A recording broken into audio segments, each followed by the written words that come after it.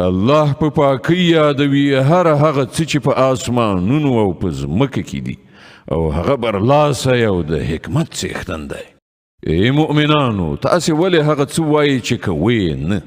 د الله په وړاندې د ډیر ناوړه حرکت دی چې تاسې هغه څه ووایي چې کوئ نه. د الله خو هغه خلک خوښ دي چې د هغه په لار کې په داسې شان صف تړلي جنګیږي چې ګواکې هغوی یو محکم کړای شوی دیوال دی. او یاد کړه د موسی هغه خبره چې هغه خپل قوم ته ویلي و چې ای زما قومه، تاسې ولې ما ازاروئ په داسې حال کې چې تاسې ښه پوهیږئ چې زه تاسې ته د الله لیږل شوی پیغمبر یم. بیا کله چې هغوی له حق څخه کږېدل غوره کړل، نو الله د هغوی زړونه له سمې لارې نه کاږه کړل. الله فاسقانو ته هدایت نه کوي. او یاد کړه د مریم د زوی عیسی هغه خبره چې هغه ویلي و چې ای بني اسرائیلو، زه تاسې ته د الله لیږل شوی استازی یم، تصدیقونکی یم د هغه تورات چې له ما نه مخکې راغلی موجود دی، او زیری ورکوونکی یم د یو پیغمبر چې له ما نه وروسته به راشي چې د هغه نوم به احمد وي.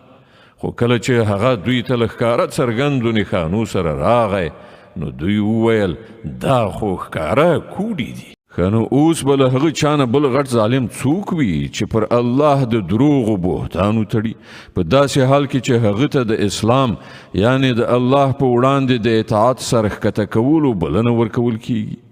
دغسې ظالمانو ته الله سمه لاره نه ښیي.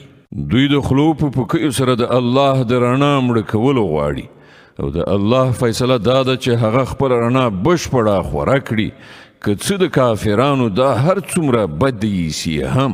هماغه ذات دی چې خپل پیغمبر له هدایت او حق دین سره لیږلی دی، تر څو چې هغه دین پر ټولو نورو دینونو برلاسی کړي، که د مشرکانو دا هر څومره بد ایسي هم. ای مؤمنانو، زه وښیم تاسې ته هغه تجارت چې تاسې له دردناک عذاب نه وژغوري. پر الله او د هغه پر پیغمبر باندې ایمان راوړئ، او د الله په لاره کې په خپلو مالونو او خپلو ځانونو سره جهاد وکړئ. همغه ستاسې لپاره بهتره ده که تاسې پوهیږئ. الله به ستاسې ګناهونه دروبخي، او تاسې به هغو باغونو ته ننباسي چې تر هغو لاندې به ویالې بهیږي، او د ابدي استوګنې په جنتونو کې به ډېر غوره کورونه درکړي.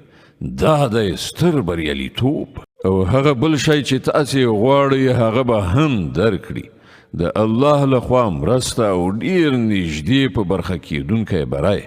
ای پیغمبره، مؤمنانو ته د دې زیری ورکړه. ای مؤمنانو، د الله مرستندویان شئ، لکه څنګه چې عیسی د مریم زوی حوارینو ته ویلي و، څوک دی د الله لوري ته په بلنه کې زما ملاتړ؟ او حوارینو ځواب ورکړی و، موږ یو د الله مرستندویان. په هغه وخت کې د بني اسرائیلو یوې ډلې ایمان راوړ او بلې ډلې انکار وکړ. بیا موږ د مؤمنانو ملاتړ وکړ د هغوی د دښمنانو پر ضد، او همغوی برلاسي شول.